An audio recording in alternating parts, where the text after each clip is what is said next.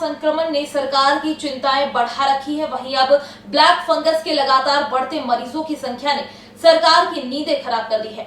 इंदौर में भी black fungus के 200 से अधिक मरीज देखने को मिले हैं, जिसको लेकर प्रशासन ने मरीजों के इलाज के लिए एमवाय हॉस्पिटल में एक अलग वार्ड बनाया है, जहां पर अलग अलग डॉक्टरों की टीम इलाज कर रही है। ब्लैक फंगस एक अवसरवादी फंगस है, जो कि हम देखते हैं कि प्रकृति में हर जगह पाया जाता है। हमारे घरों में भी ब्रेड वगैरह या कोई भी ऐसी नम चीज जो बाहर पड़ी रहे, उस पर black black black black spot बन जाते हैं। कई बार तो हमने देखा होगा कि छत हमारी बनती है, ऊपर से तरी हो रही है खूब, तो छत पे काले काले धब्बे हो जाते हैं, या पुरानी बिल्डिंगों में जाएं तो काले काले धब्बे हमको दिखते हैं। तो ये सारे ब्लैक फंगस ही हैं। ये अवसरवादी फंगस है, इसको जहाँ मौका मिलता है वहाँ ग्रो हो जाती है। और हमारी बॉडी चूँकि इम्यून सिस्टम अच्छा होता है, तो ये ब्लैक फंगस हमको नॉर्मल वे में अफेक्ट नहीं कर सकती। कोरोना तो अटैक ही हमारी इम्यून सिस्टम पे कर रहा है। हमारी इम्यून सिस्टम को रोग से लड़ने की ताकत को कम कर देता है, शुगर हमारी बढ़ा देता है, तो ब्लैक फंगस इसलिए डेवलप हो जाता है।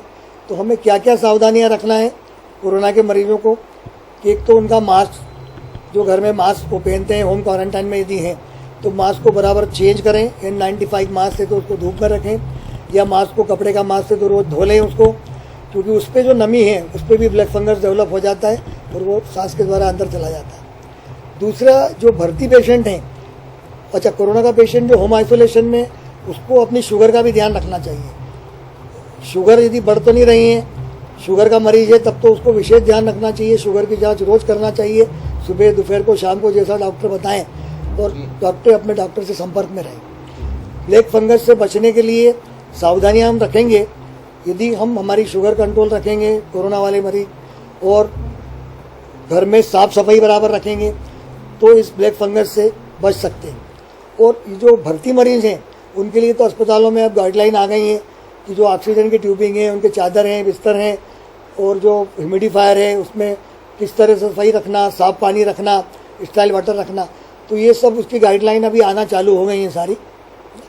ब्लैक फंगस से बचने का कोविड मरीजों को यही सबसे इम्पॉर्टेंट है कि वो उसके साइन सिम्टम जल्दी से पकड़ें। कि नाक से यदि नाक छींकने पे डिस्चार्ज जो आ रहा है उसमें थोड़ा सा भी कालापन है, या आँख में सूजन है, या आँख लाल हो रही, तो इमीडिएट अपने डॉक्टर से, चिकित्सक से संपर्क करें और उनको बताएं कि साहब हमको ये हो रहा है, ताकि इसका ध्यान रखा जा सके। एमवाई में हमारा जो MGM मेडिकल कॉलेज है, एमवाई है, उसमें हमारे विभाग अध्यक्ष डॉक्टर VP पांडे हैं, उनके सानिध्य में एक वार्ड बनाया गया है स्पेशल ब्लैक फंगस के लिए। उस वार्ड में 18 नंबर वार्ड है शायद, मुझे बहुत अच्छे से ध्यान नहीं है, कि उसमें सिर्फ ब्लैक फंगस के मरीज ही रखे जा रहे हैं। और उसमें आँख वाले डॉक्टर, नाक कान गले वाले डॉक्टर, मेडिसिन वाले डॉक्टर, डायबिटीज़ वाले डॉक्टर, और ब्रेन सर्जन और न्यूरोलॉजिस्ट, ये 5-6 डॉक्टर का समन्वित प्रयास है।